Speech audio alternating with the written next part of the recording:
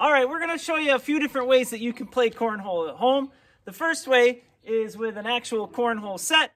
When you're playing with a cornhole set, you want to put the boards close enough that everybody who's playing can throw easily and land the beanbags on the board on the other side, okay?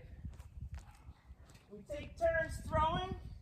You're trying to land the beanbag either on the cornhole board or in the hole, okay? And when you throw, you have to throw from behind the front of the board that you're standing next to.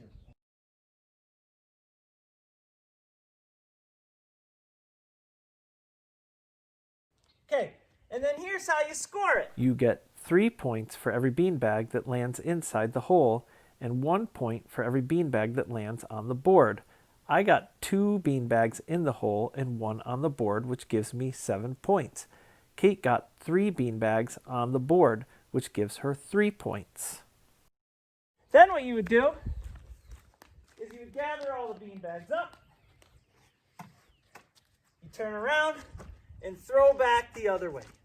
And then you keep going back and forth until one person gets to 21. Whoever gets to 21 first wins the game. Now, if you don't have a cornhole set, you can still play this game. On the ground here, I've drawn a cornhole board. I drew a rectangle and I put a circle so that we have something to shoot for our 3 points in the middle, okay? So then we would do the same thing. I'm going to give Kate her beanbags. We take turns throwing. I'll go first. And you're doing the same thing. You're trying to land the beanbags either inside the rectangle or inside the hole, but they have to stay there. Like that. And then the same way, you would add up your points, and then you would play until you get to 21. Okay?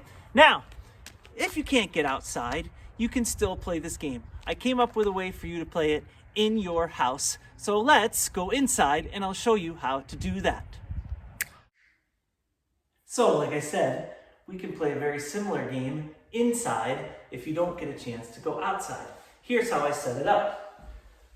I got a laundry basket, or you could use a box if you have a decent sized box. And what I did was, with chalk, I made a little circle, just like our cornhole board, on the laundry basket. You could use, if you're using a box, you could use a crayon or marker. If you're using a laundry basket, you could also use some tape to make a square, a smaller square or a circle on there for your 3-point area. And then, I'm going to use some stuffed animals today, but you could also use bean bags if you have them.